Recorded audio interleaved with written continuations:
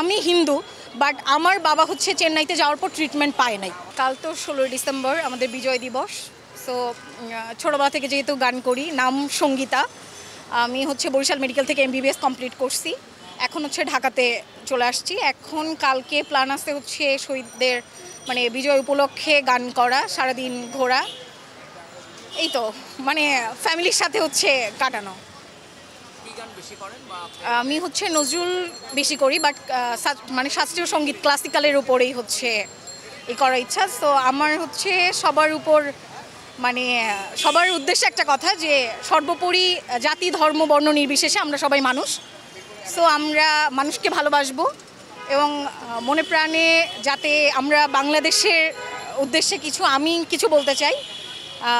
So আমি দুইটা line এই জন্য বাংলাদেশের মানুষের জন্য করতে চাই যে আমি সুখে বাজাই একতারার, শান্তিতে গাই গান, বাংলাদেশের মানুষ আমি, বাংলা আমার প্রাণ, আমি বাংলাতে গাই গান। ধন্যবাদ সবাই।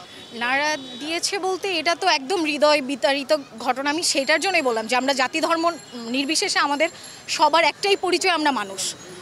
সো এই জায়গাটায় বিশেষে এমন কিছু ঘটনা ঘটে গেছে যেটা আমাদের অসাম্প্রদায়িক, আমরা যে বলতেছি বাংলাদেশ, এই জায়গাটা থাকে না। যে আমি যে মনে প্রাণে বিশ্বাস করতেছি যে আমার মন মন্দির, মন মসজিদ, মনই তীর্থস্থান, এই মনের মাঝে আল্লাহ মেলে মেলে ভগবান।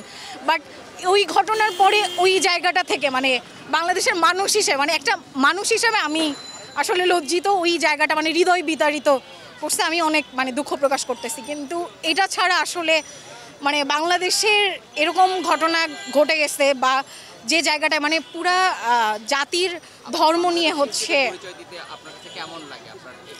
ওই না, এটা হচ্ছে আমি বাংলাদেশি, সেটা যে কোনো জায়গায় যে কোনো অবস্থানে গেলে আমি বাংলাদেশি, সেটা আমার বলতে কোনো দ্বিধা বোধ নাই। এবং সেটা রিসেন্টলি এই ঘটনার পরে এমনও হয়েছে যে আমি হিন্দু, বাট আমার বাবা হচ্ছে চেন্নাইতে যাওয়ার পর ট্রিটমেন্ট পায় নাই।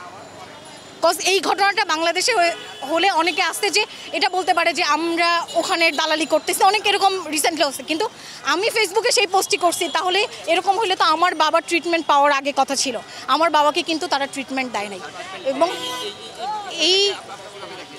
আমি সেটাই বললাম যে এটা তো আমি ডক্টর হিসেবে তো এটা আমি কেন আমি এই ধর্ম নিয়ে বা এই জিনিসটার সাথে চিকিৎসা সেবা কেন হবে, এটা নিয়ে তো আমি কি বলে মানে ওখানে আমি আসলে স্পিচলেস।